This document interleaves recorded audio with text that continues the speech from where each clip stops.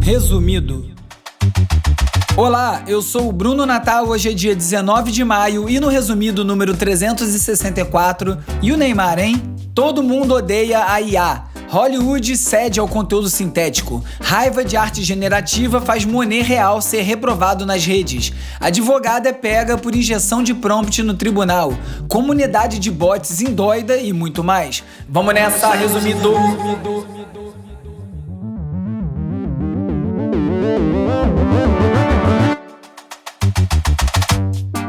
Olá, resumista! Esse é o Resumido, um podcast sobre cultura digital e o impacto da tecnologia em todos os aspectos das nossas vidas.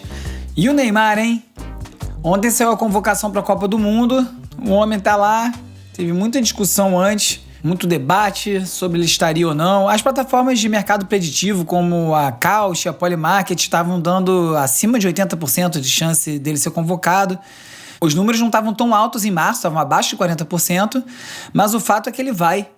Mesmo que 46% dos brasileiros, de acordo com uma pesquisa do Ipsos Meio Mensagem, estejam meio desanimados com Copa e só 18% acreditem que dá pra vir o Hexa. Eu sempre acho que dá. O Brasil é Brasil. Torço pro Neymar jogar muito bem, o cara é um craque, vamos ver se ele tá focado. A minha experiência pessoal com o Neymar foi excelente. Uma vez eu levei meu filho pra tirar uma foto com ele foi super simpático, super solícito. Mas o que interessa aqui é a repercussão digital dessa convocação do Neymar. Se ele não tivesse sido convocado, ia ser uma chuva de meme. Acho que em um segundo ia estar todas as redes inundadas com isso. Mas ele sendo convocado, o que aconteceu foi uma chuva de publi. Mesmo antes do Ancelotti falar o nome dele, o Neymar já tinha mudado a foto de perfil e a bio do Instagram dele. Escreveu Neymar, Santos e Brasil. Ou seja, já estava dando a dica, ele já sabia.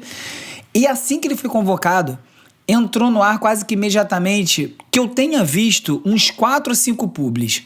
Red Bull, Puma, Mercado Livre, uma outra marca que eu nunca ouvi falar. Tava tudo já pré-gravado, prontinho para ser disparado assim que ele fosse convocado. Porque é isso, né? Hoje em dia a gente vive num universo de comunicação digital em que tudo já é pré-meditado. Talvez isso tudo fosse engavetado, talvez tenha sido gravado já sabendo que ele ia ser convocado mesmo.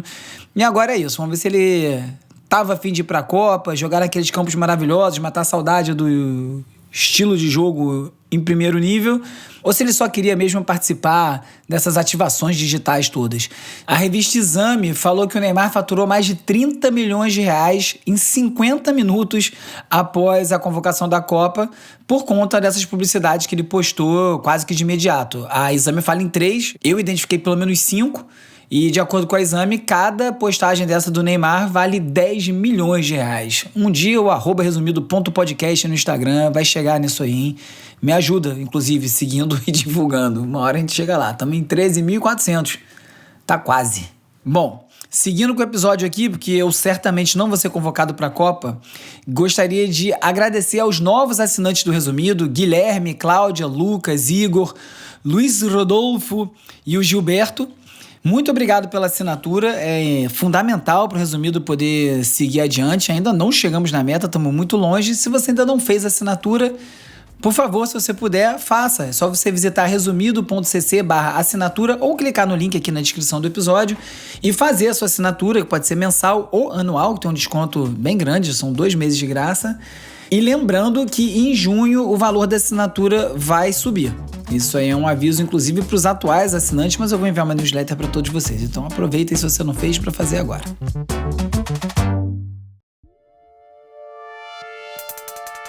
Vamos de cultura digital e como nosso comportamento online ajuda a moldar a sociedade.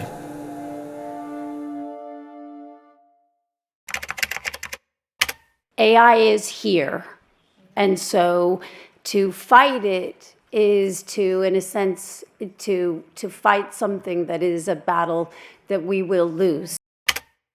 Numa entrevista durante o Festival de Cannes, Festival de Cinema, o ator, diretor Seth Rogen fez uma crítica ao uso de IA na criação do audiovisual e ele falou que as pessoas que recorrem à IA para escrever não deveriam ser escritores. Ele estava divulgando uma animação chamada Tangles, que foi inspirada na experiência de uma artista chamada Sarah Leavitt, cuidando da mãe com Alzheimer. E ele falou isso, que o valor da criação está exatamente no processo emocional, humano da produção, não é só o resultado final. E aí ele falou que se essas ferramentas já estão prometendo que você vai escrever menos, é uma coisa que ele acha incompatível com o prazer e o sentido do trabalho criativo. Se você não gosta de escrever, você não deveria estar escrevendo. Isso aí acho que faz bastante sentido.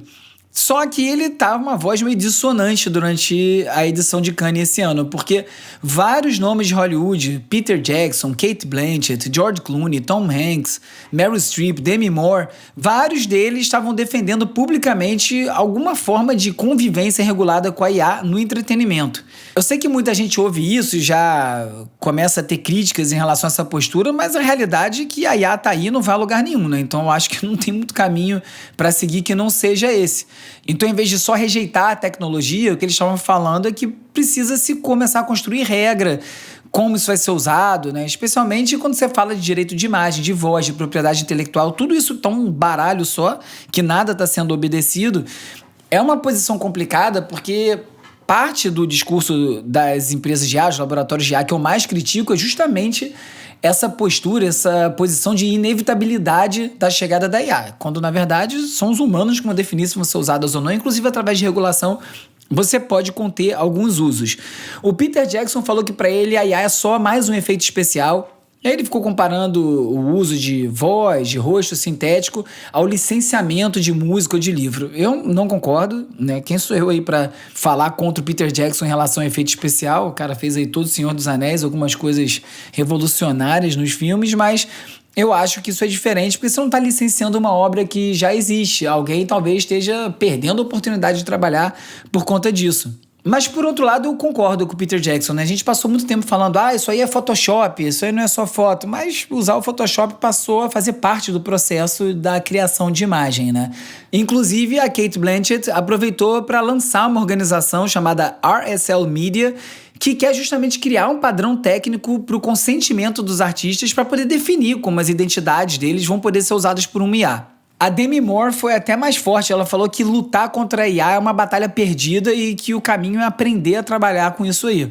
Então isso aí vai mostrando uma mudança já de posicionamento de Hollywood muito rápido, o que é bem preocupante porque é isso vai diluindo a discussão, né? Desiste de discutir, já começa a aceitar e vamos logo para a próxima fase. Não sei se isso vai ser bom a longo prazo, não. A Wired publicou uma matéria escrita por um roteirista, um showrunner de Hollywood também, em que ele descreveu como os profissionais do audiovisual estão migrando para trabalhos mais precários, como treinamento de IA, depois desse colapso econômico, depois da greve dos roteiristas. É bom lembrar que Hollywood perdeu cerca de 30% dos empregos desde o pico de produção em 2022. É um terço da força de trabalho do audiovisual desempregado. É muita coisa, ainda mais na cidade que vive em torno disso, né? Hollywood, em Los Angeles, vive pro cinema, vive do cinema. E o que essa roteirista falou, ela chama Ruth Fowler, é que vários roteiristas começaram a trabalhar em ferramentas de chatbot, rotulando vídeo, criando prompt, testando vulnerabilidade de modelo de IA, de certa forma alugando a criatividade deles para esses modelos de linguagem evoluírem, treinando o inimigo, né, como muita gente gosta de falar. Ela falou que já teve mais de 20 trabalhos dessa forma nos últimos 8 meses e que vários roteiristas se organizam em grupos de WhatsApp para compartilhar essas experiências, oportunidades e também trocar ideias sobre isso que está acontecendo.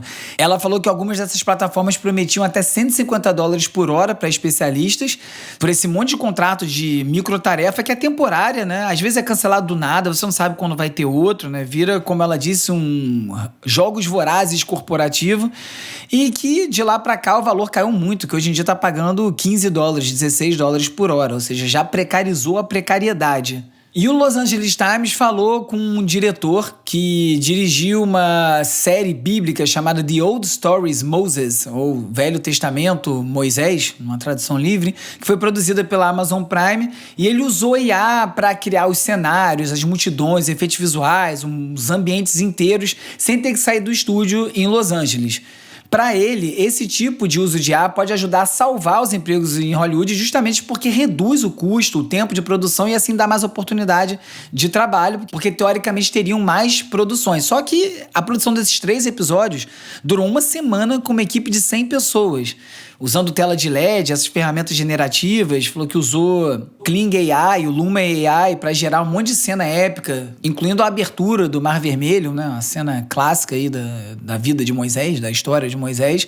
E para ele é isso, não é que a IA vai necessariamente eliminar emprego, mas vai viabilizar um monte de projetos que os estúdios antes já recusavam porque era caro demais. Então, no entendimento dele, é uma série que não seria feita com o orçamento que seria necessário e agora está gerando 100 empregos porque está sendo feita.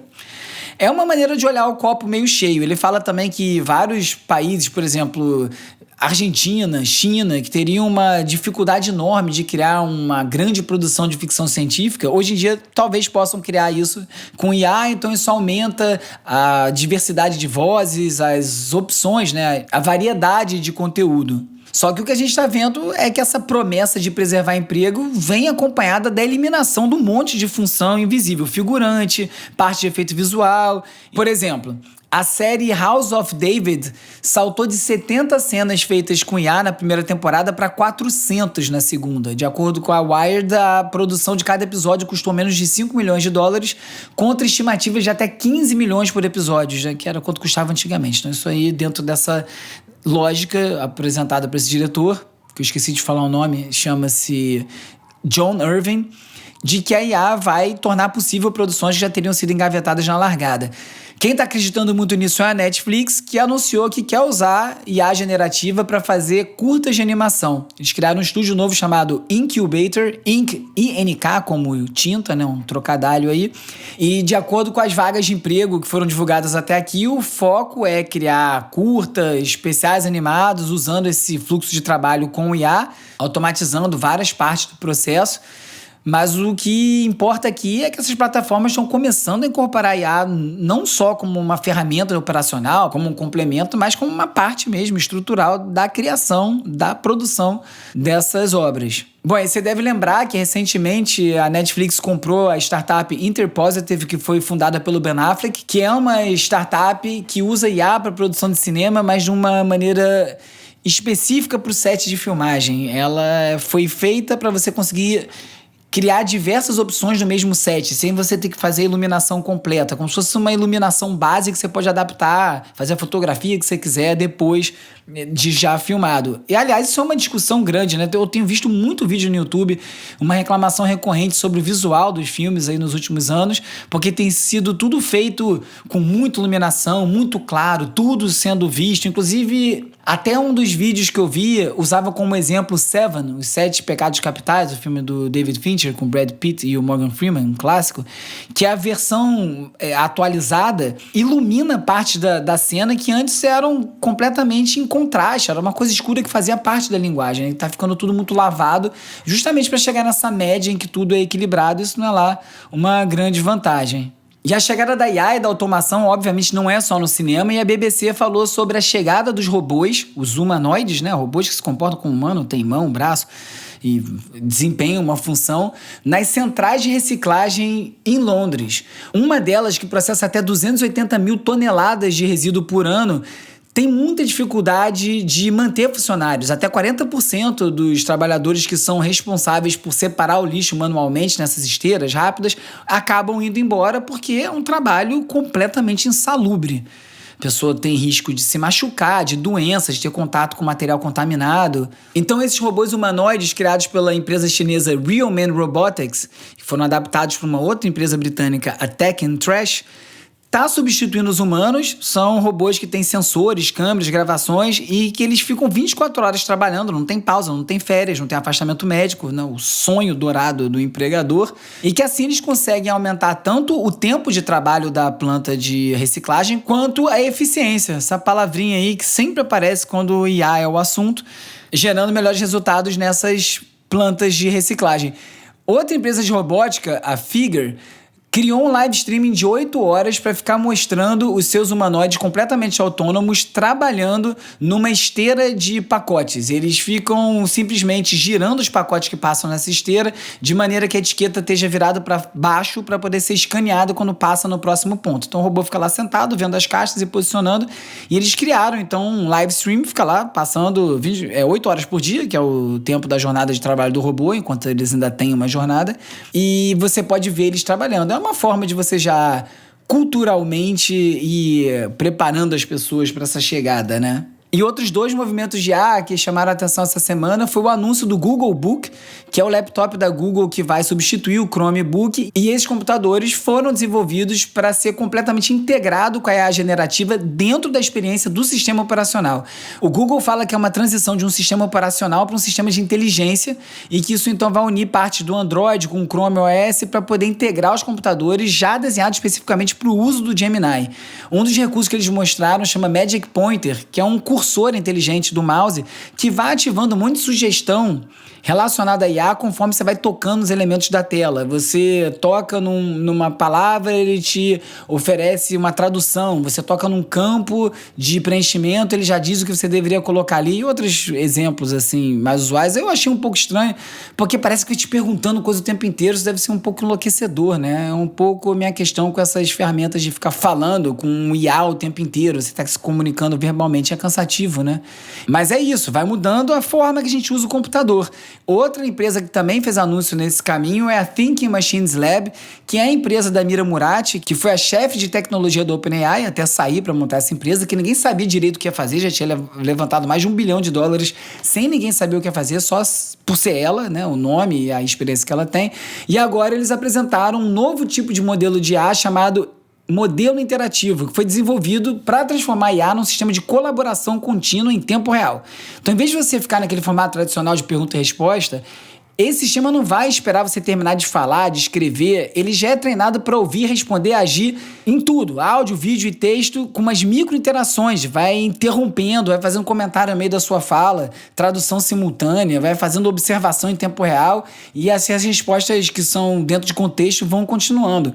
A tese da empresa é que os modelos atuais empurram os humanos para fora do processo criativo, porque são feitos por uma automação autônoma e não por uma colaboração. Eu achei isso aí mais doido do que o Google Book aí com esse mouse inteligente, com o cursor dando dicas de IA, porque realmente você tem que ficar conversando com a máquina e ficar sendo interrompido o tempo todo. Eu não sei se, sei lá, é uma boa ideia, mas a reação aí parece que foi boa. Não sei se porque finalmente a Thinking Machine Labs finalmente falou alguma coisa que vai fazer de fato.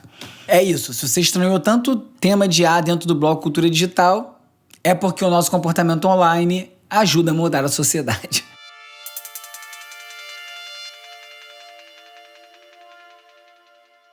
E a gente vê muito tecnologia falando sobre produtividade, né? Mas o que faz muita diferença para mim mesmo são as coisas que me ajudam no meu dia a deixar ele mais fluido, sem ficar exigindo minha atenção o tempo todo.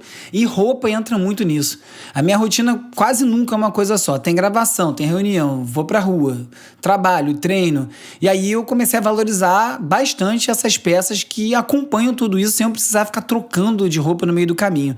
Eu tenho usado muito as peças Future Form da Insider por conta disso. Elas mantêm a aparência ao longo do dia, são confortáveis e funcionam em ambientes diferentes, né? Sem parecer roupa de um lugar só. É roupa da academia, roupa da reunião. Ela consegue transitar entre essas duas coisas. E roupa boa pra mim é isso, roupa que não interrompe o meu dia. E agora em maio apareceu uma condição boa para quem ainda não comprou na Insider. O cupom resumido tá dando 30% de desconto para novos clientes e 10% para quem já comprou antes. E esses descontos ainda somam com outros descontos do site. Essa condição de 30% é por tempo limitado, só até o dia 25 de maio. Então, se você quiser fazer suas compras com esse desconto, o link tá na descrição do episódio, já com o cupom de desconto aplicado, é só clicar. Agora é o momento de explorar as transformações causadas pelas inteligências artificiais.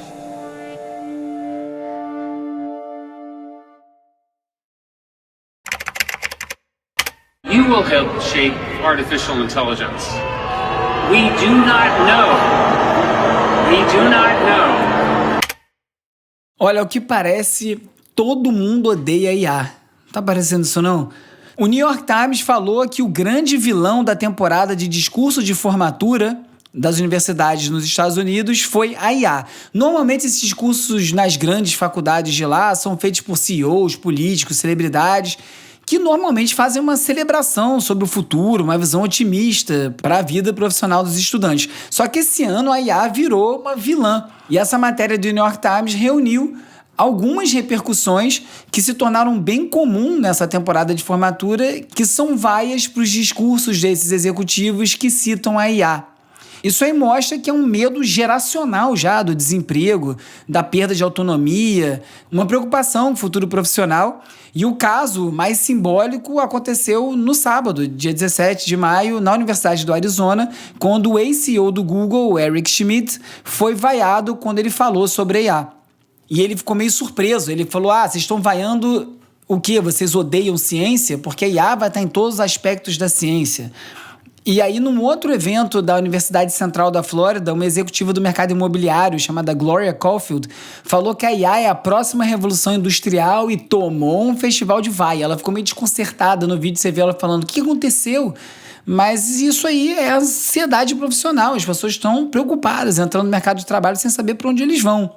Uma pesquisa do ZipRecruiter, que é uma plataforma de emprego dos Estados Unidos, falou que 47% dos recém-formados estão falando que a IA já afetou as contratações nas suas áreas e 51% dos estudantes acreditam que essa tecnologia vai reduzir os empregos de entrada, principalmente. Já falei bastante sobre isso aqui, né?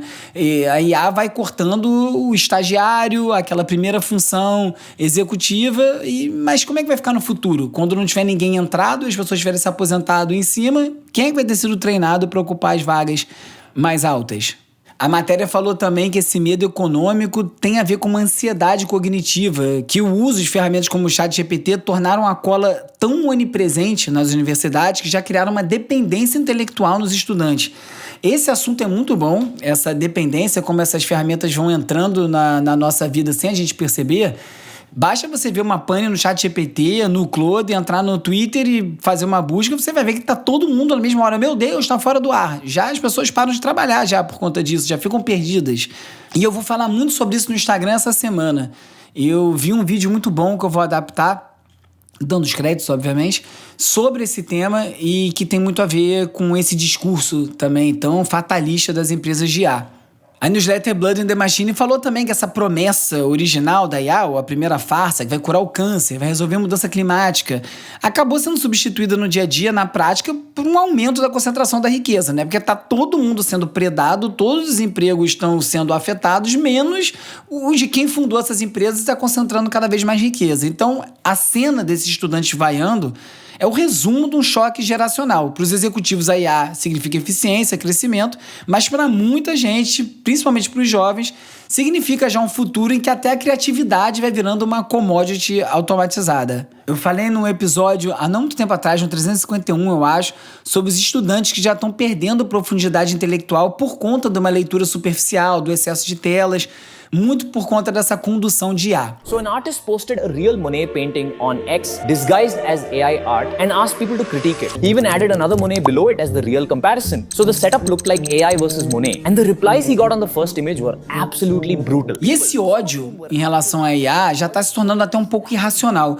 Um usuário chamado Shloms fez um teste no Twitter. Ele publicou uma imagem real de uma pintura do Claude Monet, só que ele disse que a imagem tinha sido gerada por IA. E aí pediu para as pessoas explicarem por que essa imagem seria inferior a uma obra verdadeira do pintor francês. A experiência viralizou porque centenas de usuários começaram a apontar várias falhas típicas de arte gerada por IA, que a composição estava estranha, que as pinceladas não tinham profundidade, que estava tudo muito artificial, sem saber que eles estavam analisando uma obra real do Monet. Não era uma arte gerada por IA. Algumas das pessoas argumentaram que as obras humanas tinham um contexto histórico, tem sofrimento, experiência subjetiva e que a intenção artística é impossível de replicar por máquinas.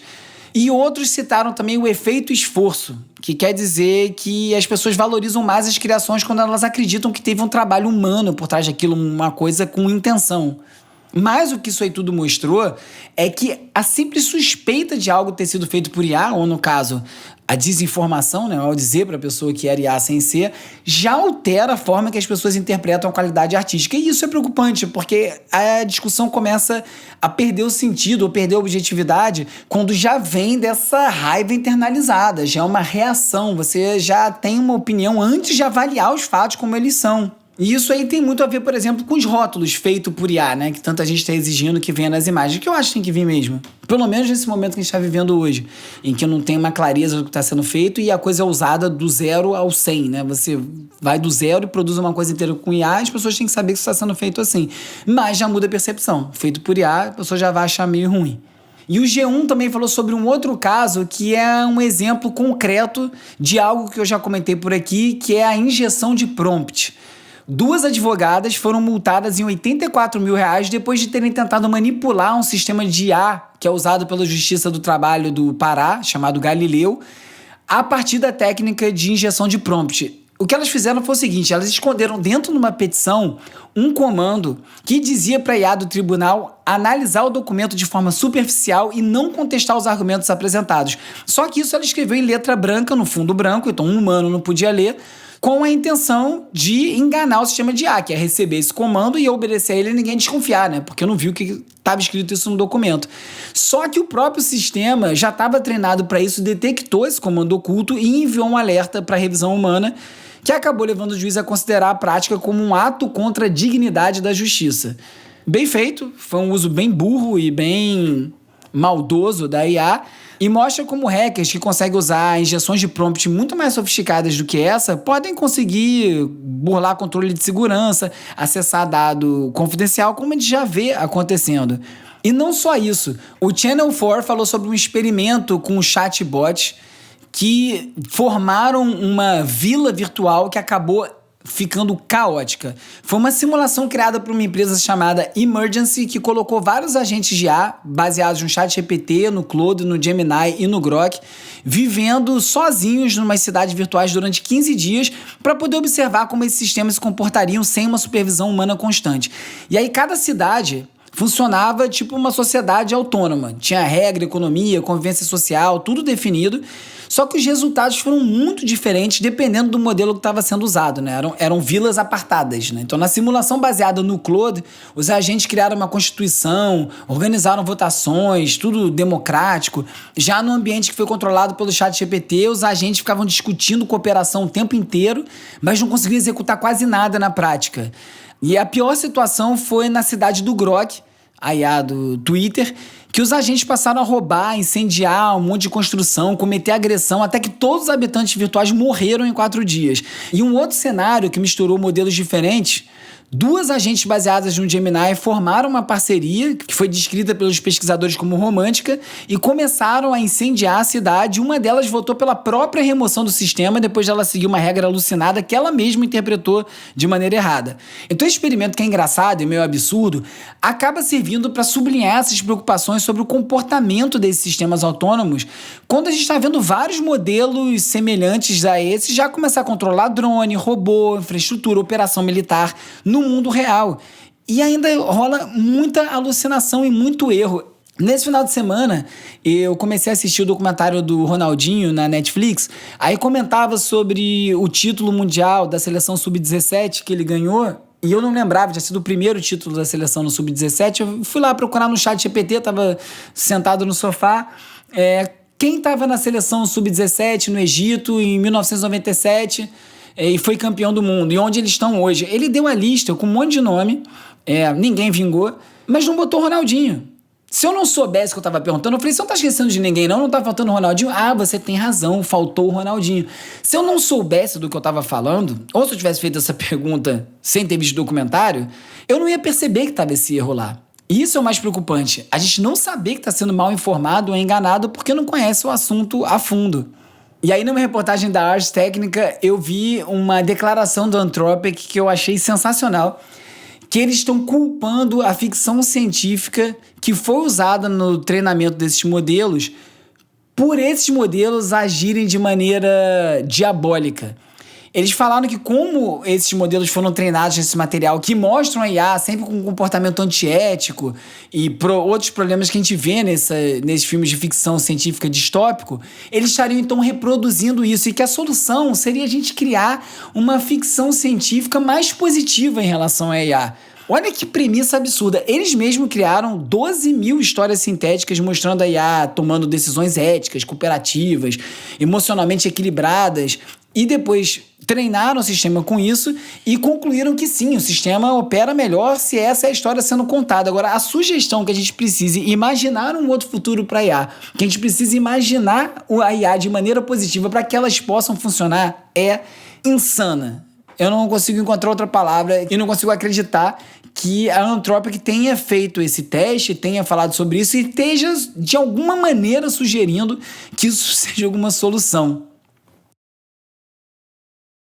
Mas voltando a falar do impacto da IA no mundo do trabalho, a Platformer fez uma entrevista com Aaron Levy, CEO da Box, e ele apresentou um contraponto ao discurso do Vale do Silício mesmo, que a IA vai eliminar uma grande parte dos empregos de escritório, tudo que a gente vem falando até aqui. Para ele, a maior parte dessas análises está confundindo automação de tarefa com substituição completa de uma profissão. O argumento dele é que os modelos já conseguem fazer mais rápido os primeiros 80% de muitos trabalhos, tipo escrever código, resumir informação, gerar uma análise, mas que os 20% finais, que concentram justamente o valor real das profissões, o contexto, o julgamento, a responsabilidade, a experiência, a tomada de decisão, ainda vai ser feito por humano. Então, esses agentes de IA podem até multiplicar o número de trabalhadores digitais dentro das empresas, mas isso não significa que vai reduzir o número de humanos necessariamente. O que isso criaria, na verdade, novas camadas de supervisão, de coordenação, um trabalho especializado de gerir esses bots trabalhando. Faz sentido, mas assim como no caso do cinema que eu falei acima, reduz o tamanho das equipes, né? Então alguém vai ficar sem emprego nessa brincadeira. Como é que isso vai funcionar? Talvez se adaptando. A Economist falou sobre algumas empresas japonesas que estão conseguindo ganhar dinheiro através da IA, sem estar diretamente envolvido com a IA. Um dos exemplos é a Ajinomoto. Acho que aqui no Brasil é muito conhecido por aquele tempero, né? E é feito com glutamato monossódico, e isso acabou virando uma peça muito importante na cadeia global de IA por conta de um produto obscuro chamado Ajinomoto Build-Up Film, ou ABF. Esse material é usado para isolar os processadores de IA das placas de circuito. E sem ele, os chips mais avançados não conseguem funcionar direito. E esse material foi desenvolvido originalmente a partir de um subproduto da fabricação do MSG, que é o glutamato monossódico. Ou seja, uma empresa de tempero alimentar acabou virando fornecedora crítica para a infraestrutura de IA. E aí pensa aí no miojo que você está comendo. Mas o Ajinomoto controla mais de 95% desse mercado e isso vira um gargalo muito pouco conhecido e muito lucrativo para a empresa. As ações da Ajinomoto já subiram 65% desde o início desse ano, 3 vezes mais do que o índice Nikkei do Japão.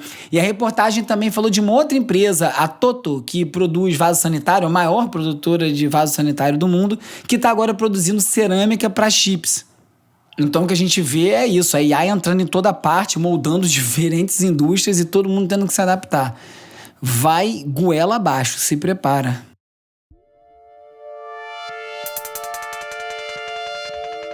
E agora é hora de falar sobre como as Big Tech moldam o nosso comportamento.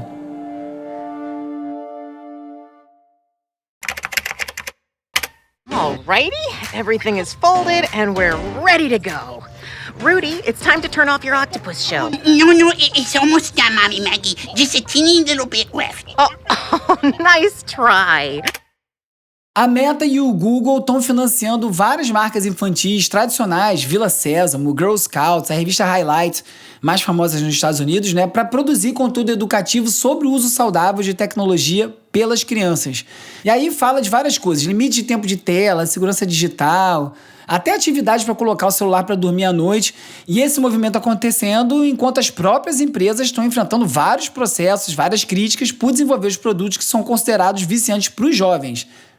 Então tem uma coisa meio cínica nisso tudo, né? Que essas campanhas acabam funcionando como uma estratégia de gestão de reputação. Eles lucram com essa atenção, mas agora estão patrocinando educação sobre moderação. Fica uma contradição aí ainda maior quando você enxerga nesse material aí uma espécie de preparação das crianças para entrar no ecossistema das redes sociais assim que eles tenham idade, mesmo que não seja melhor para elas. O Instagram também anunciou que vai alertar os pais quando os menores pesquisarem por suicídio ou automutilação no Brasil, que é uma ótima notícia. Esse recurso vai ser disponibilizado para o Brasil nas contas que tem uma supervisão parental já ativada, e os ativos podem chegar por WhatsApp, SMS, e-mail ou até dentro do aplicativo. Então a Meta diz que já bloqueia parte dessas pesquisas e redireciona os usuários para canais de apoio, mas que agora os responsáveis também vão ser informados sobre esse comportamento, que me parece um grande acerto. É com certeza fruto de uma pressão da sociedade e gerando um resultado que eu acho que é mais prático do que tentar mandar cartilha de como usar melhor a plataforma, né? Quem tem que saber disso, sem dúvida, são os pais. E a União Europeia também anunciou novas regras contra o design viciante das redes sociais, também para proteger as crianças. Essa nova legislação quer combater esses mecanismos das redes TikTok, Instagram, Facebook, X, para proibir essas práticas que eles chamam de manipuladoras do design. A rolagem infinita, autoplay, notificação sem parar, um monte de estratégia que acaba incentivando esse uso compulsivo pelas crianças, pelos adolescentes. E a presidente da Comissão Europeia falou que essa atenção infantil virou uma mercadoria e ela relacionou também o uso excessivo das redes sociais à privação de sono, ansiedade, depressão, automutilação, cyberbullying e suicídio. Eles estão discutindo também a criação de uma idade mínima obrigatória para ter acesso às plataformas, que eu espero que seja 16 anos, né? E talvez, eu sei que é muito difícil conter os jovens, mas quem ainda não permitiu acesso aos filhos nas redes sociais, tenta esperar até os 16 anos, quando eles estão um pouquinho mais maduros. Também é cedo e é difícil ir além disso, mas eu acho que vale a pena pelo menos tentar. Porque as plataformas querem faturar. O TikTok anunciou que vai lançar uma versão sem anúncios no Reino Unido, vai custar quase 4 libras por mês para os usuários maiores de 18 anos. A iniciativa é uma resposta às questões europeias de privacidade, especialmente a GDPR, que restringe o uso dos dados para publicidade, os dados pessoais dos usuários. Então é uma forma de monetizar a atenção através dos anúncios e também oferecendo uma experiência sem vigilância, né? Você vai pagar para não ser vigiado, mas é aquilo, se você não está pagando o produto é você. Sempre bom saber isso. E o Semafor falou sobre uma pesquisa do Gallup que mostrou que 70% dos americanos são contra a construção de data centers perto de onde eles vivem, e isso aí é um crescimento da resistência pública a essa infraestrutura que é indispensável para continuar a expansão da IA. E é uma rejeição horizontal, é independente do espectro político, mas ela é mais forte entre os democratas. 56% deles dizem se opõem fortemente aos projetos, e o motivo disso é o consumo de água, de energia, impacto ambiental, aumento do custo local e a piora da qualidade de vida, porque inclusive esses data centers produzem um zumbido enlouquecedor. E aí é aquela coisa, ninguém pensa, né, que a internet está toda cabeada, que tem cabo de fibra ótica passando debaixo do oceano para você poder entrar na internet. O Wi-Fi é uma ilusão, né, dentro da nossa casa, tá tudo correndo em cabo mesmo. E aí a mesma coisa, é tudo invisível, acontece na nuvem, mas essa nuvem está sendo alimentada em algum lugar. E eu acho que esse número de 70% de rejeição é muito importante aqui no Brasil, que por aqui a gente ouve sem parar sobre benefícios para a construção de data centers como uma forma de participar da revolução da IA, mas a gente está participando recebendo lixo, que ninguém quer, que os países que estão liderando querem botar em outro lugar. Então é muito importante a gente ficar muito esperto nessa discussão para a gente tirar alguma coisa de bom nisso tudo. Hora de relaxar com as dicas de ver, ler e ouvir.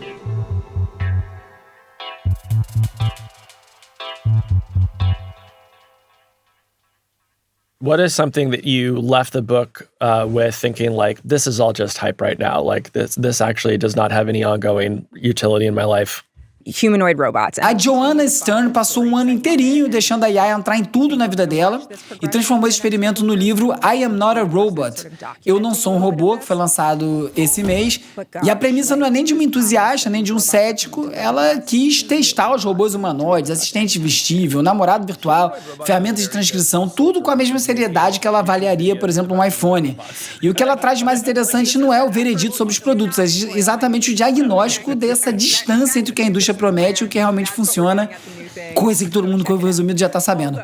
E ela fala que os robôs domésticos dependem de um depósito cheio de gente em Palo Alto operando realidade virtual para coletar os dados, que os wearables, né, os vestíveis, gravam tudo e você esquece, tem que deletar aquilo, né, que a IA afetiva é muito mais fácil você lidar com um humano, mas que isso na verdade é assustador. Mais um desses experimentos, né, que acontecia tanto no começo da internet. A pessoa passava uma semana só consumindo através da internet. Agora é IA. Mas sempre traz boas revelações.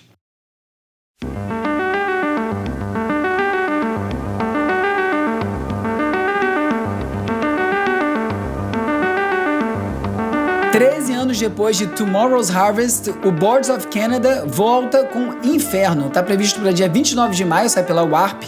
Primeiro single, esse que você já está ouvindo, já deixa claro que o Boards of Canada não está interessado em repetir fórmula.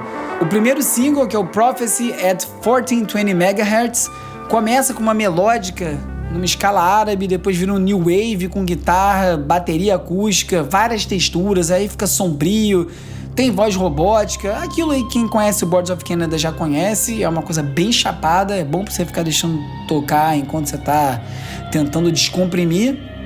E ele segue pelo mesmo caminho nesse disco. Boa notícia, volta do Boards of Canada. Nesse episódio você ficou sabendo que Hollywood chegou em Cannes repetindo que a IA é inevitável, que alguém postou um Monet real dizendo que era IA e a rejeição foi imediata, que uma advogada usou injeção de prompt para manipular a IA num tribunal e foi descoberta, que 10 agentes autônomos entraram em colapso total no experimento virtual, que 7 em 10 americanos não querem data center perto de casa e muito mais. Se você gosta do Resumido, além de fazer assinatura no resumido.cc/assinatura, você pode ajudar muito recomendando para mais gente. Isso é muito importante, eu não canso de repetir. Se você puder postar no Instagram, no WhatsApp, mandar e-mail, em grupos, vai ajudar muito o Resumido a crescer. Também não deixe de curtir, assinar, seguir, dar 5 estrelinhas, deixar uma resenha, um comentário na plataforma que você estiver escutando esse episódio agora. E se você quiser comprovar que escutou o episódio inteiro, é só você deixar um comentário com a palavra secreta da semana, que é injeção.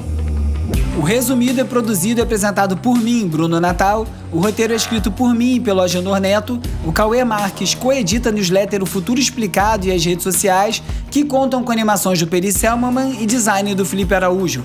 A edição e mixagem é feita pelo Hugo Rocha, da Usina Sons. A foto da capa é do Jorge Bispo e o tema original foi composto pelo Gustavo Silveira.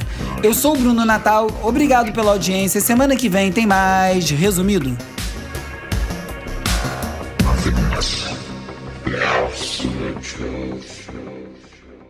Resumido.